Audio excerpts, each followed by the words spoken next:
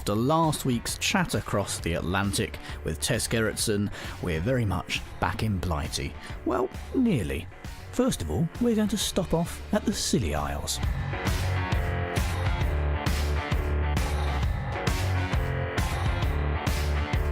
This is Partners in Crime with Adam Croft and Robert Dawes.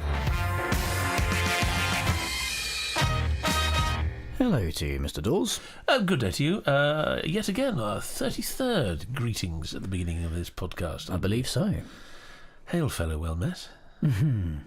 Well, they've not taken us off the air yet, so we'll carry on, why don't we? This week we're speaking to a very exciting guest. They're all very exciting. Kate Rhodes. Yes, the wonderful Kate Rhodes. I had the good fortune of meeting her at the Theakston's launch reception in London earlier this year, where she took pity on a shy actor standing in the corner not being able to talk to anyone, and introduced me to lots of people there, for which I'll be forever ever grateful. And yes, we'll be talking to her later on about her two series of books, one set in London with the forensic psychologist Alice Crenton, and the other one, her latest books, which are set in the Isles of Scilly. Not the Scilly Isles. Not the Scilly Isles, as she will explain in the upcoming interview.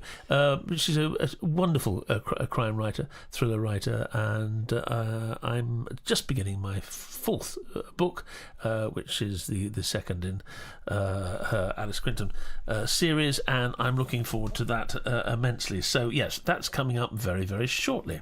Well, we have cause for celebration this week because I've actually had time to do some reading. Yee-hee. I've picked up a book for the first time in weeks. I've only got about 15 chapters into it, and it was inspired by a guest of ours from a couple of weeks ago when we spoke to Val McDermid, and we spoke to her about her book Insidious Intent, not the most recent one, the one before that I think it was, but it's got a lot of people talking, and I wanted to see what the fuss was about. A lot of people have mentioned it to me and really enjoyed it, and mentioned that there's a big twist at the end, which I've not got there yet. I'm only a short way through it, but it's a fantastic book. Let's twist again like we did last summer. Yes, there's a big twist coming in. Sorry about that. I always have to try and inject some smashy and nice into the proceedings. No, it's well, you know, I love the book, and I have been very good to bite my tongue vis-a-vis and regarding the end of it, and I have done. Well, it appears I've already missed quite a lot. I've read a few of the earlier books in the series, and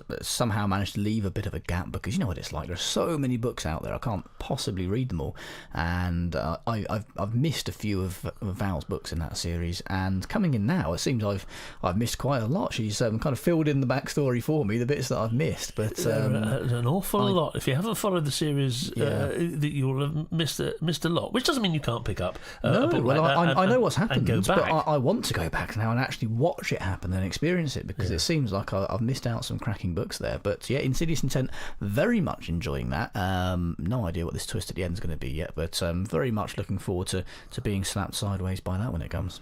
Well, I hope I won't be in the area when you're being slapped.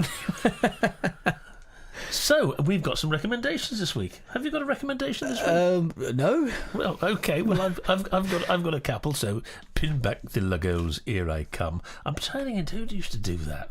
Or is your Cyril? Was it Cyril Fletcher? Long before my time, Odd Grandad. Ode of the Week, a broadcaster comedian who used to do sorts of things on British television. Gosh, am I really turning into him? Well, I should be so lucky. Yes, well, my first pick of the week is I've come late to the party, as is usual, and most listeners to this podcast will realise that happens fairly often to me, to the books of Mick Herron, described in 2010 as the UK's new spy master by the Sunday Times. Now, I'm a great lover of the works of John le Carré. To my mind, he is one of the great writers of all time. I adore his books. And therefore, anyone following in that particular line of espionage and spy thrillers has to come up to some pretty high standards. And I've been recommended Mick Herron's, the first of a series of books of his, following his main protagonist, Jackson Lamb. And that book is called Slow Horses. And I'll tell you a little bit about it. You don't stop being a spook just because you're no longer in the game. Banished to Slough House from the ranks of achievers at Regent's Park for various crimes of drugs and drunkenness, lechery and failure, politics and betrayal, Jackson Lamb's misfit crew of highly trained Joes don't run ops, they push paper. But not one of them joined the intelligence service to be a slow horse. See what he did there with the title? A boy is kidnapped and held hostage. His beheading is scheduled for live broadcast on the net. And whatever the instructions of the service, the slow horses aren't going to just sit quiet and watch. And having just finished reading that, I can assure you they don't. It's an absolutely terrific world, and right up my cup of tea. I liked it very much. Gripping, tense, everything that you'd want. Detailed, believable, all these things that are necessary for a good spy thriller, because basically it's working in a land that we know nothing about. Everyone knows something about police procedural. Not many people know about the actual workings of the intelligence services. That's all a good guess. Does that mean you can just make it up? Is that the benefit of it from a writing point of view? Well, I suppose there might be some artistic license, but there's bound to be someone on the at Millbank or across the river at MI6 who are going to actually pull you up. Mind you, they probably don't, because they're not allowed to give their names away. No, they're not going to say, "Oh, hello, by the way, I'm a spy." I just wanted to say you've got this bit of procedure wrong. What we actually do is this. I mean, that's you're fairly safe, I suppose, writing. Well, not safe, but you've got a slightly. I mean, you can use your imagination with it. I mean, don't forget, we're kind of, as crime writers, we're very much used to people pulling us up on things and having to get things accurate and right. Whereas in any other form of fiction, you don't have that, do you? It's fantasy, sci-fi. You've got a bit of leeway there to kind of make things up too. So maybe it's just the kind of the police procedural crime that has that. Well, maybe, but you never know. You see, I suppose M could actually disguise herself as Amazon Reader. And you read a review which actually gives you some helpful tips of 1 star about operations abroad. Anyway, Mick Herron, I'm sure many of you have read his books, but if it's your cup of tea, the espionage, spies, and the upper echelons and lower echelons of British intelligence and the shenanigans that goes on worldwide, then this is a book for you, and indeed it is a series for you. So, Mick Herron, Slow Horses. And that book will be available on Kobo. If you are a Partners in Crime listener, the lovely people at Kobo, our kind sponsors, will give you 90% off of your first ebook purchase from Kobo. Just head to kobo.com, find the book that you want, and enter the promo code CRIME at the checkout. 90% off. Can't beat that, can you? No, you can't. I've got a television recommendation for the week. I say recommendation. I did enjoy it. It was John Sims' new series called Strangers, which is on ITV.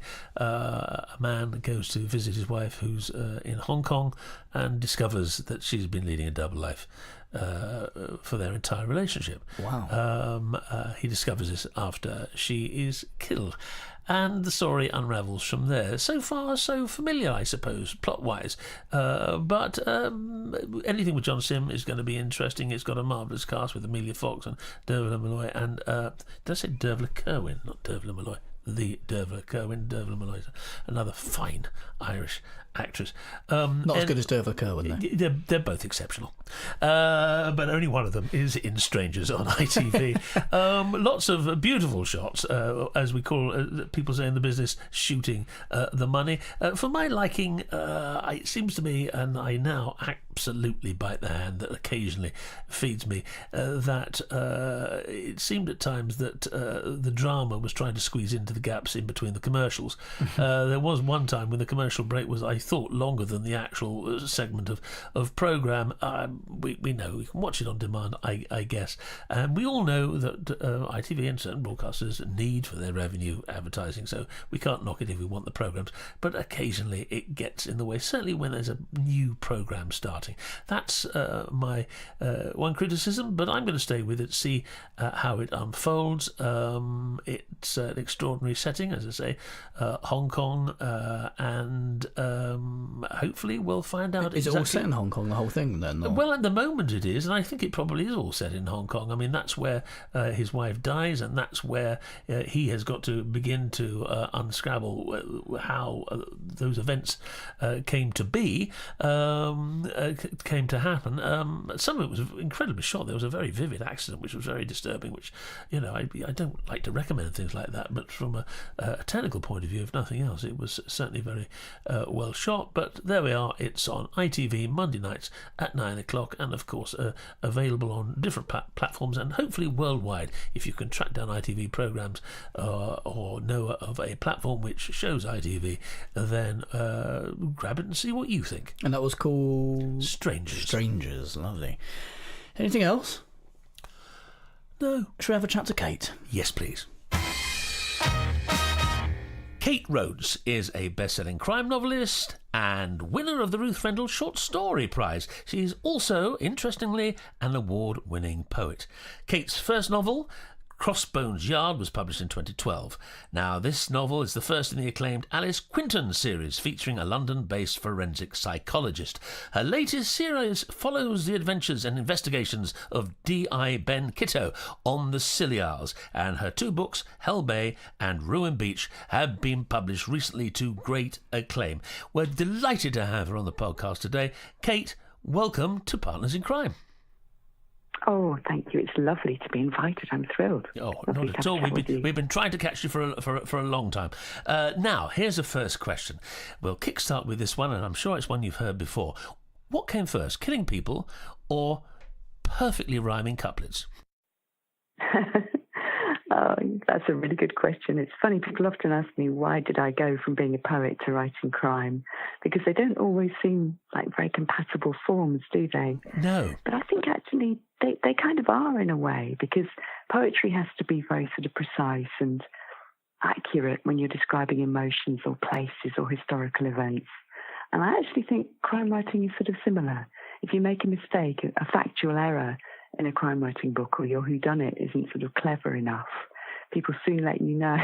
So I think actually you need the same kind of brain to write poetry as you do to write crime, if that makes any sense. Absolutely, and I must apologise for the rhyming couplet thing, because I know, but you're right. I mean, there's a forensic quality to the finest of poetry, and the same sort of approach does need to be taken in carefully plotting and characterising crime novels, and that is something of many things I think you do particularly well. As I said, I've read Hell Bay and Ruin Beach now, your Ben Kitto book set on the Scilly Isles, which I absolutely adore, and I've just finished Crossbones, which was the first of your Alice Quinton series. So let's talk about the Scilly Isles first. What drew you to such an extraordinarily wonderful, romantic, vivid and adventurous part of the British Isles? Wow, first of all, I'm quite staggered by all that praise, Bob. I'm going to have to kind of sit down and have a cup of tea after this. I think my ego has sort of expanded. Well, no, it's very genuine. I'm terribly excited. But in some ways, I'm not surprised that you're enjoying the setting, because you too write about islands, don't you? I know you're wonderful. I really enjoyed reading your book, The Rocks. Oh, thank you very much. So obviously, we're both very attracted, aren't we, to those small, very intense communities where a tiny number of people coexist together. But I suppose the truth is, the reason why I chose the Isles of Scilly is because I went there as a child. Often went there on summer holidays, went camping, stayed in chalets there on the beach, and was just fell in love with the landscape. And as you say, it's rugged and it's remote. It takes a long time to get there. Well, yes, you've got to make a serious effort, haven't you? Yeah, you really have. I mean, it takes 3 hours by boat to get there from Land's End. So, and the sea's pretty choppy. I can remember as a kid being violently sick on the boat over, but always, it was always worth it, because it was the islands are so gorgeous. But I suppose in reality, recently when I went back there in 2012 for a holiday, I just suddenly was walking around one of the islands, which is absolutely minute, less than a mile long. I thought, what an extraordinary place this would be, actually, to set a thriller. I was quite surprised that when I did a little bit of research that so few people have, because You know, if you've got 80 people living on an exposed lump of rock during the winter, and sometimes it's very, very difficult to get across even to the other islands, let alone to the mainland, you're really thrown back on your own resources and on your own community. So, yeah, I thought, I've got to do it. I've got to be bold and brave and risk really annoying all the islanders by doing this. Although you may end up with the midsummer issue, where if there's only 80 people on the island, after about 4 or 5 books, things are going to start getting a little thin on the ground with the population. I know. The lovely thing about it is actually people now realise that I'm writing thrillers on the island. So whenever I go down there, I can be chatting to somebody in the pub and they'll say, will you kill me in the next one? they're all sort of very sort of chefs and dinner ladies are all queuing up to be killed off, which seems there quite can't be sweet, many really. jobs where people say that to you. Can you kill me next? Yeah, no. Well, I suppose I can remember my very first memory of that. This shows how old I am. I never heard of the Scilly Isles, and I can remember back in the late 60s there was a little programme about Harold Wilson and his wife Mary Wilson. Absolutely loved the Scillies. Yeah, Yes. No, he absolutely loved it. But I should tell you something, Bob. I've got to give you a slight ticking off now, which is that I have been told off many times for calling the islands the Scilly Isles, because apparently we must call them the Isles of Scilly. Otherwise it sounds like the islands are just a bit daft, apparently. So I've been told I've got to call them the Isles of Scilly. So I'm going to religiously stick to that. Well, that's going worldwide now. If any of our listeners didn't know that already, it's the Isles of Scilly, not the Scilly Isles. They've had a little lesson from this very strict former English teacher. Mind you, sometimes I feel the way the rest of the world looks at us at the moment, they think we are the Scilly Isles combined.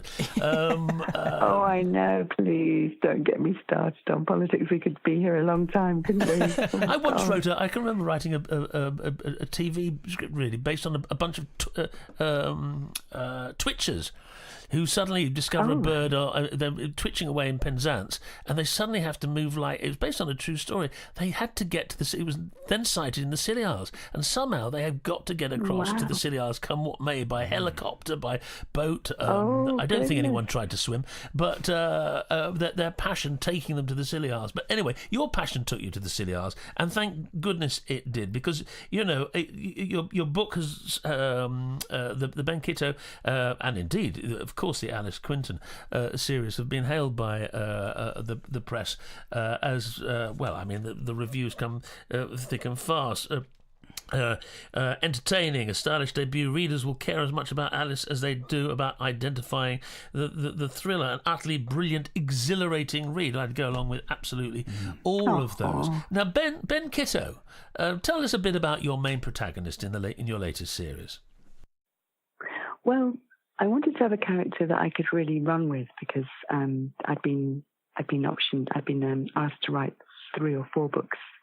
So I wanted to really enjoy the character that I was writing about. So I wanted to make him, I suppose, quite complex, but I wanted to make him have a very close personal relationship with the islands.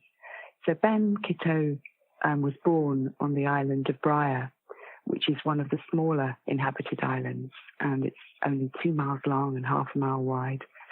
So he lived there for the first 18 years of his life. So he really, really inhabits that territory. You know, his godmother runs the local pub, and his uncle lives there and builds boats there. So he's really a part of the community. So I think it's extremely difficult for him when he goes back in a fairly broken condition from his job as a murder investigator for the Met in London, just intending to have a holiday and relax and chill out. But actually, the body of a young girl is found on Hell Bay Beach. And because of his expertise in murder investigation, of course, he has to get involved in the investigation. But actually, I think it's extremely difficult to look closely at your own community. You know, you're part of it, aren't you? So his dilemma through the whole book really is that he's having to investigate people that he's grown up with, people he's known literally all his life. Every single one of them on that island is somebody that he knows and used to trust. But it was definitely somebody on that island because the murder took place during a 2-day storm. So he's in a tough spot. And not only that, but he's looking after a dog that he was left by his colleague that he can't bear. So he's got this dog to look after, who's the kind of bane of his life. that must really affect him. The like I say, having to investigate people he's known his whole life. I'm guessing as the books go on, that's got to haunt him more and more, isn't it? Well, I think it would, wouldn't it? I mean, if we put ourselves into his shoes, if you suddenly had to investigate all of your closest family and friends for a fairly brutal murder of a very young girl, you'd be struggling psychologically, I think, and he does through the whole book. Plus, I suppose one of the things that I wanted to capture about the Isles of Scilly is that they are absolutely subject to the weather. I mean, I know we love talking about the weather in the UK, but by God, you can really do it down there, because you might get 3 or 4 different kinds of weather in any one day. You know, the Atlantic delivers constant surprises, so he's got to contend with the weather as well. Quite tough. Well, that's another major character in the books. But I have to say, your description, your sense of place. I mean, you describe it so vividly and beautifully. I mean, you really, really do feel as if you've gotten off the boat and you've arrived on the islands, and you get to know it very quickly, which I always think is very important in a book. You have to be able to get into the feel of a place, and if it takes too long, very often I can sort of not lose interest, but sort of it's harder to focus. But you do that straight from the off so wonderfully, not only with your descriptions of the place, but your characterizations are so strong and vivid and clear. So immediately from the very first pages, you're in to your books, and you do that with your Alice Quinton series as well, which is a terrific thing for a writer to be able to do. So I mean, well, that's so kind, Bob. I mean, I think you do it as well, to be fair. I mean, I think that, a tremendously strong sense of place is something that we all aim for, isn't it? And you do it really well. Does it help that you know a place well? It must do, I suppose, that you're sort of steeped in a place. Yeah, I mean, I think it does, doesn't it? I mean, I think if you've been to a place many times and it's sort of in your DNA somehow, and you can quickly just, visualise it. You don't even have to shut your eyes. You can just see that beach with the huge sort of Atlantic breakers rolling in from a long way off. And yeah, it doesn't take much for me to be on the Scilly Isles, even if I'm not there, if that makes sense. So, but I think, one of the things that I love about reading any book, actually, not just thrillers, is that I love to be able to visualise the location. So I really want to kind of paint a picture with words. Definitely. That's one of my biggest sort of jobs, I suppose, as a writer. And we've said it very often on the podcast. I mean, as a writer, the places you set your books in is very important, because you are going to spend weeks, months, years very often in these places. So it has to be somewhere that you feel not necessarily comfortable, but you actually like to be, or at least excited to be in. So I mean, that's clearly what's happened in Ruin Beach. Your second Kidder novel. It's a feisty female professional diver's been murdered. Why would anyone want to kill Jude Trelon? I mean, that's another fantastic story. Plucked, as you say, from a small place or whatever, but I mean, it's obviously providing you with great inspiration for lots of different stories, and hopefully will continue to do so. Where did you get the idea for Ruin Beach? Well, I went over to Tresco. We were staying on St Mary's, the largest of the Isles of Scilly, and just got a boat which takes about half an hour, a little ferry across to the lovely, lovely island of Tresco, where they have the famous Abbey Gardens, which are just beautiful, full of exotic plants. So we did the usual touristy thing of sort of walking all the way around the island. And then we had a cup of tea, and we just started to chat to people, and they told us that they were there on a diving holiday. So I really drilled them for information. And they told me all about these sort of very terrifying sea caves on Tresco, where you can dive deep into the water and go down, almost like potholing. And there's this wonderful sort of labyrinth of caves around Tresco, and an amazing number of shipwrecks, as you can imagine, because they really are surrounded by pretty terrifying reefs and submerged islands that nobody can see. So, you really do need to be a good navigator to get even now, to get around the Scilly Isles. So it's a mecca for divers, actually. So it just seemed like a logical thing to make the next one about the diving community, really. Although I've got to admit, sounds absolutely terrible. I've never dived in my life, so it's a real steep learning curve. I'm terrified of deep water. Neither have I. I have trouble with a snorkel. Same here. So it really was a steep learning curve. I had to interview a lot of divers to get that degree of accuracy. Well, you did. And go out on a lot of boats.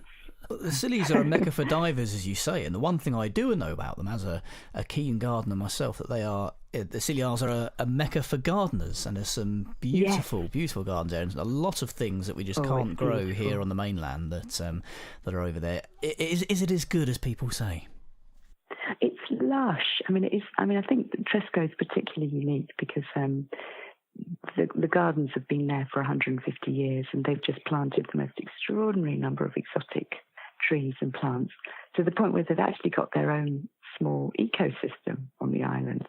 So it's just lush and lovely all year round. So I know I sound like a bit of an advert for the Isles of Scilly, but I would say to anybody who loves gardening, it really is a treat. It is high up on my list. I know they get, I think, more sunshine on that island than anywhere else in the British Isles, I think. Yes, actually, if you want to extend your summer a bit, actually, we've done that lots of times. Just go down. It's very, very mild in the summer, but then suddenly you get this change in the winter where you get absolutely lashed by the wind and rain. The exposure kicks in, yeah. Exactly, and that's why they've got lots of tall trees to protect those gardens. And that's, I suppose, is a great atmosphere for crime books as well, when you've got the wind ripping in and the rain, the Scilly Isles in the winter. You planted the idea for me there, Adam. I'm going to have to write the next one in the gardens, aren't I think? Well, as long as you mention me in the acknowledgements, you can have that one. I will, don't worry. You'll be right at the top of the list. You'll be in there. Ben Keto investigates the Alan Titchmarsh mystery. Well, absolutely, yeah. Well, I mean, I think not only that, you've hit on something really, because the southwest of the UK has long proven to be a fascinating area for writers to set their books in. And not only that, I mean, having sort of spent a few years doing Poldark now, and Cornwall, for instance, is very much it, and everyone looks at Cornwall from their television set. There's always someone, Caroline Quinton, just walking around its shores, or Martin Clunes trying to being very funny and helping people in Doc Martin, or Bob with a jar of leeches, and me with a jar of leeches, killing people left, right, and centre. But the Scilly Isles hadn't been done before, apart from, I guess, Michael Morpego, who set one of his novels there famously. So I think you've discovered something, and again, you think I've started a trend there, Bob? I think you are continuing a happy trend and making it your own. So television-wise, we always mention this, and we shouldn't really, because the books are, as I say, more than enough. But the books do lend themselves very much to television. You take a look at, Shetland, for instance, has come alive, a very different place. So there's no comparison between the two islands. The Isles of Scilly are completely different and unique in their own way. Have you any thoughts along adapting these books for the screen? Well, it's funny you say that, because it's only very recently that the books have actually been optioned. So I'm really, really pleased that a really, really good, actually, fantastic TV production company called Two Cities. Oh, yes. That produced The Fall and The Line of Duty have optioned the first book. So, yeah, that's absolutely thrilling news for me, I've got to say, because I love the idea of it being televised. But, it's a long shot now, isn't it? It's always a long shot with TV. You're sort of thinking, they're brilliant, these people, but, fingers crossed. And talking to Val McDermott about it, she says, and it's not necessarily the be-all and end-all that some people who are not writers and not in the industry think that it is. They think being on of course, it's wonderful help and it's great exposure, and it's but it is traditionally it's a very, very long journey from book to actually turning up on the first day of principal photography and to see whoever is playing Ben Kitto or Alice Quinton. But that's congratulations, Kate. That's great news. Thanks. And it is absolute news to me. So I think that's terrific. I'm absolutely thrilled, I've got to say. But I keep on getting these very nice tweets from people saying, when's it going to be on the telly? And I'm saying, don't hold your breath. Because although, obviously I've just signed the contract, the ink is literally sort of still wet. It is, as you know, Bob, being such a great actor, you know exactly just how long it takes for these things for the screenplay to get written, for it to get greenlit. But yeah, I suppose I'm just very pleased that somebody has enjoyed reading it enough to think that it would be good on TV. So well, there's no surprises here. It definitely boosts the confidence, doesn't it? Well, it does, and deservedly so. So tell us something now of your Alice Quinton books. Now, people would say that maybe the forensic psychologist has been written about enough, but you have managed to do so with many, many new and different twists, and also, I've just read Crossbones Yard, which is absolutely just so engrossing and atmospheric. What brought you to Alice and her investigation? Well, my first 5 books about Alice Quinton, who, as you say, is a forensic psychologist, they're very much about my own sort of home territory where I grew up in South London. She literally lives in the same part of South London that I know extremely well from having spent the first 25 years of my life there. So it was a joy for me, because I now actually live in Cambridge. It's a joy for me to sort of imaginatively return to London. And I seem to know a peculiar number of psychologists. I don't know what that says about me, that they seek me out or I seek them out. But I had an awful lot of people to chat to about the very difficult job of being a psychologist, I suppose. So I've always found people's minds and their mindsets, that our idiosyncrasies really interesting. So it's quite easy to sort of slot into that mentality and to write in the first person from Alice's point of view. But what I really enjoyed with those 5 books was just taking either a different setting, like Crossbones Yard, which is a real location near to Borough Tube Station, or an issue that really affected the city very powerfully, like the banking crisis from 2008. I think I wanted to really sort of talk about things that affected the city directly, things that I knew about, I suppose. So I've set it very much in sort of real streets with real people, because I think, you can't really afford to lie about London. Too many people live there. You'd get called out, wouldn't you, if you made lots of mistakes. Yes, yes. As it was, I got several emails from people saying, you cannot drive south down the Lambeth Road. You cannot. It is not possible. Don't you love those emails? I got a few corrections, geographic corrections. I'm sure you've had those as well, haven't you, Bob? What's your best? You can't take a left near the governor's residence. You have to take a right. And you go, well, actually, when I was over there, the one-way system was temporarily moved in the other direction due to roadworks, and I didn't know that. So, yes, I mean, they're good. People are being helpful on the whole.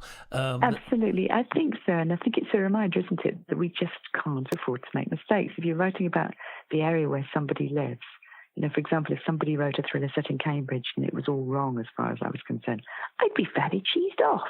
I'd think, why haven't you done your research? Well, and you won't believe it, if somebody tells me, no, exactly. You just wouldn't enter the imaginative world at all, would you? So if somebody tells me I've got something wrong and I am wrong, then I do my darndest to change it. But yeah, no, I loved writing those 5 books, I've got to say.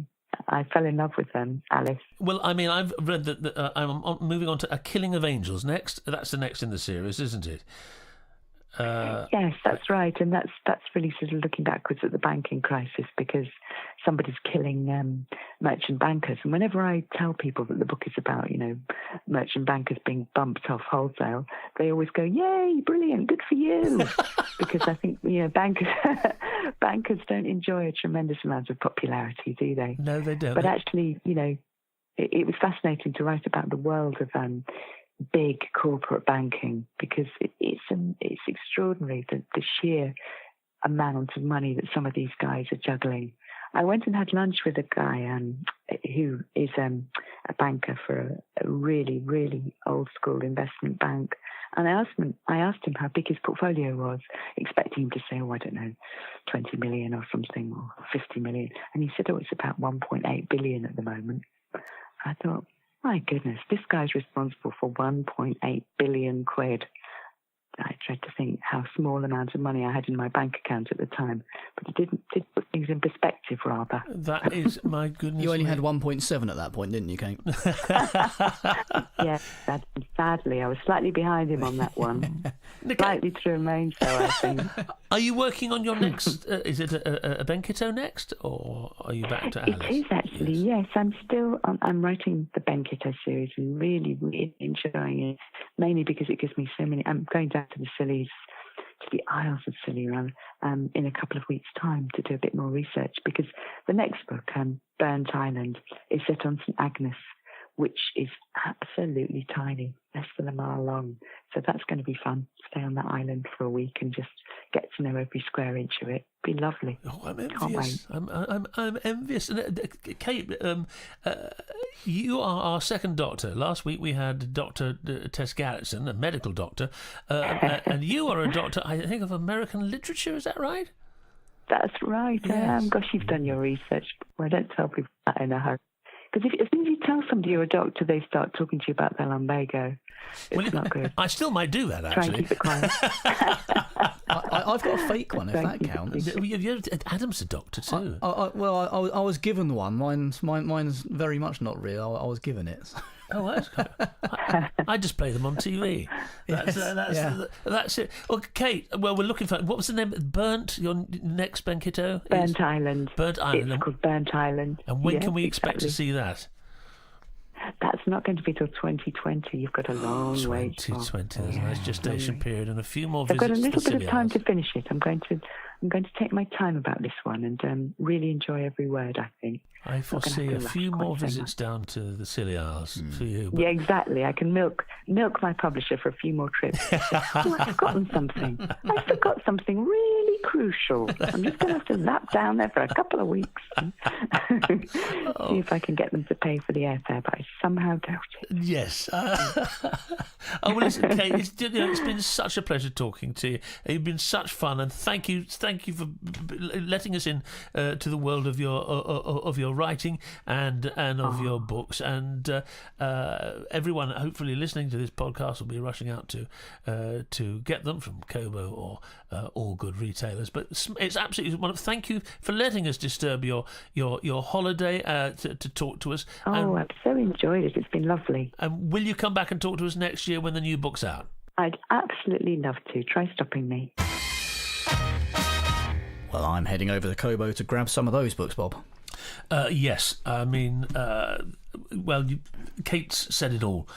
Really, I mean, terrific books. I'll read you the thing for Hell Bay, which will give you. It's better than making it up, isn't it? Just read what someone else has written. It is. Well, on occasions, I mean, I have to rest the old grey cells. What few there are. Both of them. But yes. Well, one has to have a day off occasionally. That's one grey cell, that is. So yes, Hell Bay. After 10 years working for the Murder Squad in London, a traumatic event has left D.I. Benkito grief-stricken. He's tried to resign from his job, but his boss has persuaded him to take 3 months to reconsider. Ben plans to work in his Uncle Ray's boatyard in the tiny Scilly island of Briar, where he was born, hoping to mend his shattered nerves. His plans go awry when the body of a 16-year-old is found on the beach at Hell Bay. Her attacker must still be on the island because no ferries have sailed during the 2-day storm. Everyone on the island is under suspicion. Dark secrets are about to resurface, and the murderer could strike again at any time. There we go. That's worth a download from Kobo. Which one's that? That's Hell Bay. Hell Bay. That's the Benkito. But of course, as I said, Crossbones Yard is they're also Hell Bay is published by Schuster and Schuster. Simon and Schuster, yeah. Simon and Schuster. Did I say Schuster and Schuster? That's it. Simon and Schuster. Oh God, my research is better than Simon and Simon. Is impeccable. But there we are. Both of Kate Rhodes' series available on Kobo and wherever else you can lay your hands on it. Please do and read. Yes, so I'll headbutt the microphone there. That's going to add to the He's just ambience. playing his natural game. Add to the ambience on the podcast. It's a good job we don't edit things like this out, isn't it? Well, I don't know. They should see what we do edit out. You can grab any of Kate's books from Kobo. Just head over to kobo.com, and if you're a listener to Partners in Crime, which you are because you're listening to it now, enter the promo code CRIME at the checkout and they'll give you 90% off of your first ebook purchase from Kobo. Right, well, I think I'm done. Are you done? Well, no, actually. I mean, usually we just say we're done when we're done, and sometimes we finish the show when we're not actually done. Well, it's because we don't plan anything. No, that's right, but actually, come to think of it, I'm done. Partners in Crime was presented by Adam Croft and Robert Dawes and produced by Adam Croft. The theme tune was by the Caesareans. The Partners in Crime logo and imagery were designed by Stuart Beisch. Partners in Crime is sponsored by Kobo, your favourite local bookshop, perfected.